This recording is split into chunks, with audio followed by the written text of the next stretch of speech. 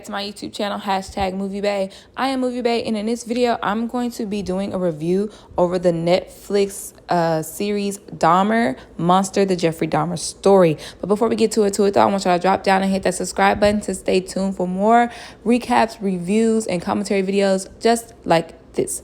Okay, all right, so how I'm going to try to structure this video is a brief summary of who Jeffrey Dahmer is or was.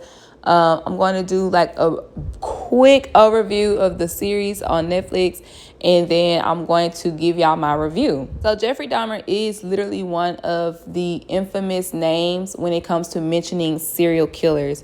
We knew that he targeted gay males, more particularly males of color, Black people, and he would sexually assault them, drug them, sexually assault them, murder them, eat them, and not all the time in that order. He is also synonymous with making his victims, quote unquote, zombies by trying to perform lobotomies on them, all right? Jeffrey Dahmer, unfortunately, his crime spanned between the late 1970s into 1991 when he was eventually captured. I feel like what made this person so infamous, aside from being a fucking serial killer, is the fact that he was a gay male targeting Black gay males and a cannibal, and he was able to do it for so long because of white privilege. So the Netflix series actually starts off episode 1 with Dahmer getting caught. He is seducing his last victim, meets him at the club, takes him to the apartment. The guy walks in like, bro, what is that smell? He drugs him, tries to take advantage of him, but the guy, he's able to kind of finesse Jeffrey and then eventually escapes.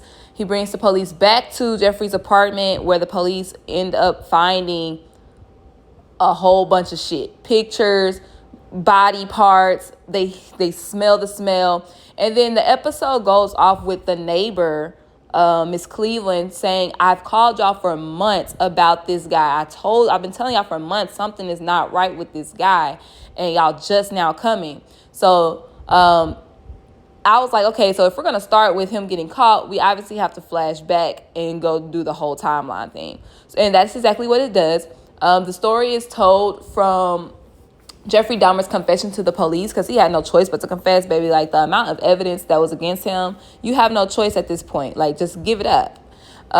So the story, like I said, is told from his confession, and we start chronologically with Dahmer as a child. I'm kind of a fan of serial killer documentaries because I'm a why person. Like, I want to know why. What made this person do these unthinkable acts, So like most serial killers, Dahmer had not an idealistic childhood.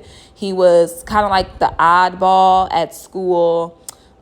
His home life wasn't amazing. His parents fought all the time.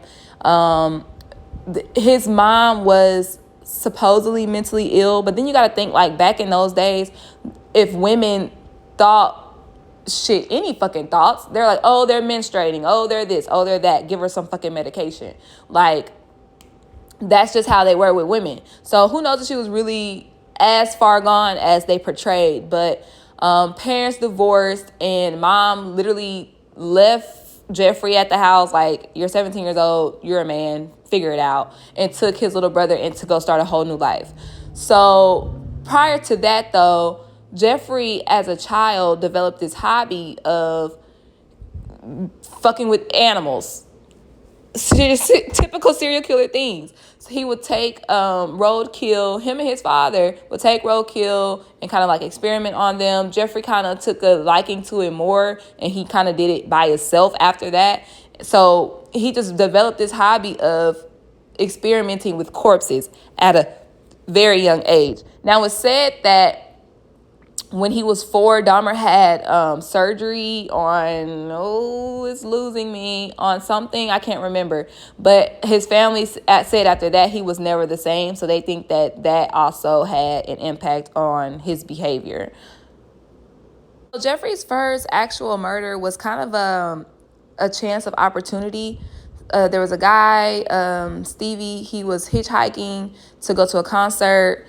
Jeffrey decided, like, he just graduated high school, by the way. He decided, hey, like, come back to my house. We can get some beer, smoke some weed. It's the 70s, you guys, before I take you to this concert. So Stevie goes back to the house with Dahmer, and then Dahmer eventually ends up killing him. Now, that was his first kill, right when he graduated high school. Like we said, his mom left him by himself at the house, so he had the house for 3 months by himself.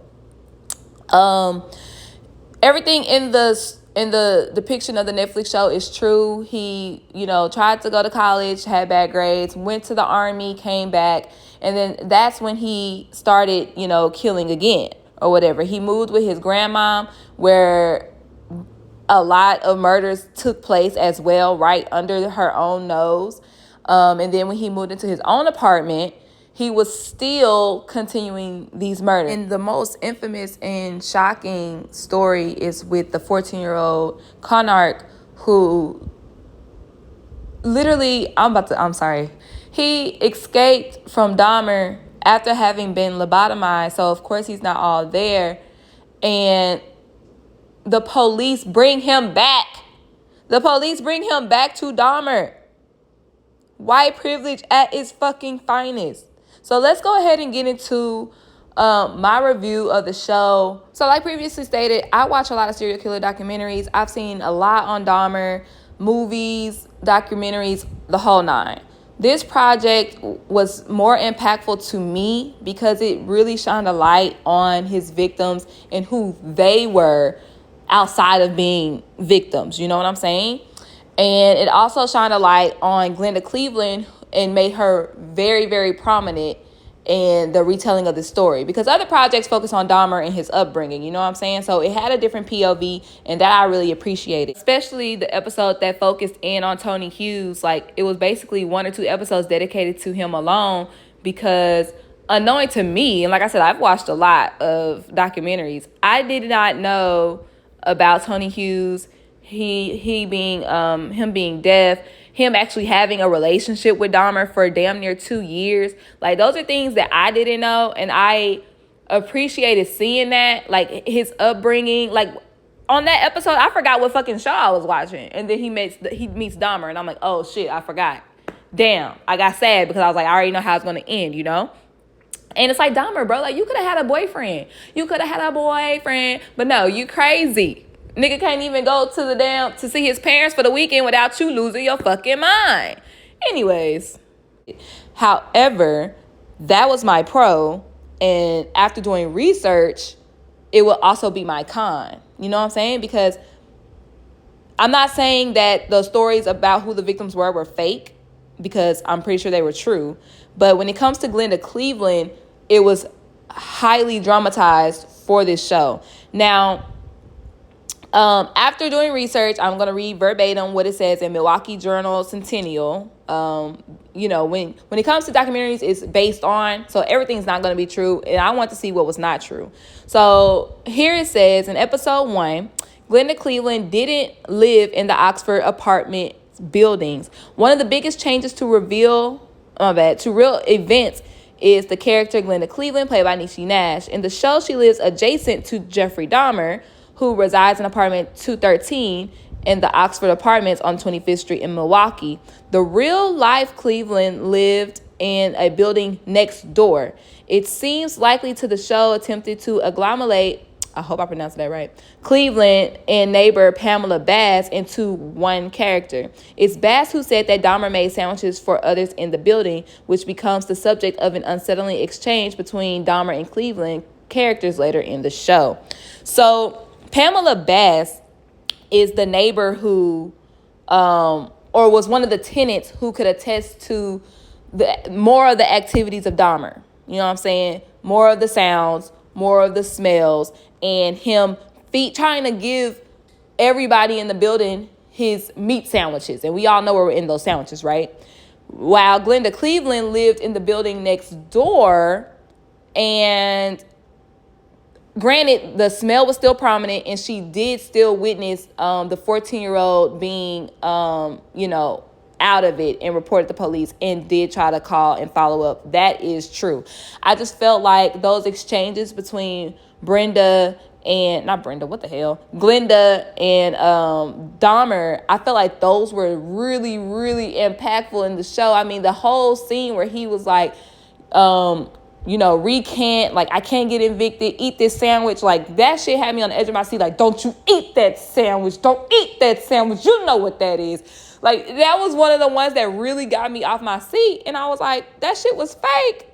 That made me mad. This source also stated that Miss Cleveland's daughter was never arrested, like when she took the spectator's camera and smashed it on the concrete. That was all fabricated. She was never arrested for doing anything like that. And I feel like that also made me mad. Literally, I'm 3 o'clock in the morning, I'm yelling and screaming, oh, y'all come quick when a white man report a crime in the neighborhood, but let a black woman report a crime in the neighborhood, and it take y'all weeks to months to even come out to see what the hell is going on. Like, I was going off, right? But that was all fabricated. And that hurt my feelings because I'm like, every time an emotion was evoked from me, I found out that it was indeed dramatized. Another con that I had with this film was at the last 2 episodes, they kind of tried to humanize Dahmer. And I personally, that's how I felt about it anyways. So after doing research, Christopher Scarver, the person who murdered Dahmer in prison, stated that those events kind of didn't go how it showed in the show. So in the show, it stated that when Dahmer got to prison, he was receiving fan mail and he started gloating, right, about how he got in prison, playing pranks and shit like that. And then he got saved. Well, according to Scarver, Dahmer claimed that he was saved or got baptized when he came to prison. And then he continued to play these pranks and gloat about what he did. So if it indeed went the way that Scarver said it did, I don't appreciate that, because it's like you're lying to try to make him human, to try to make his death sad and shit. Like, nah. Ain't no sympathy. Like, nah. So I personally don't appreciate that little twist that they tried to do, if it did indeed go the way Scarver said it went. All in all, I feel like this was a good series because it was told from a different point of view. Like I stated, I've seen so many over Dahmer, and this one did have a different point of view, even though every time an emotion was evoked from me, it was from one of the dramatized moments. It's not bingeable because it is heavy, it is dark, and at times it is slow. So, I feel like the overall lesson here, though, is white privilege. White privilege, because this guy literally was murdering people on and off for 12, 13 years, and he was given so many chances by the fucking court system, by the legal system, because he was white. You know what I'm saying? Like indecent exposure, $50 fine. Sexual assault, 1 year in a fucking prison dormitory. Not even prison, it was jail. It was like fucking Club Fed. Ain't that what they call that shit? It was lush. You know what I'm saying? When he killed the hitchhiker guy, he was literally driving around with his body parts in trash bags, swerving because he's drunk, and he doesn't even get a fucking ticket. It's like, okay, now get on home. I don't want to see you out here again. Yeah, right. Yeah, the fuck right. Yeah, right. Then one of the guys who got away from Dahmer went to the police. The police didn't believe him because he was black. And then he's a white guy. He said it was some spoiled meat. It is what it is. Meat goes bad. What the fuck? So, the moral of the story is white privilege, bro. He was able to get away with killing people of color because he's fucking white. And black people don't have a voice. We don't have value. You know what I'm saying? And it ain't right. And it really pissed me off. It just made me that much more mad when you just think about how many chances this dude got. You know what I'm saying? Anyways, that's my review. Like this video if you enjoyed my commentary. Leave a comment down in the box below. What were your thoughts on it? Don't forget to hit the subscribe button and stay tuned for more videos when I drop them. Thank y'all so much for tuning in, and I will see y'all next time. Bye.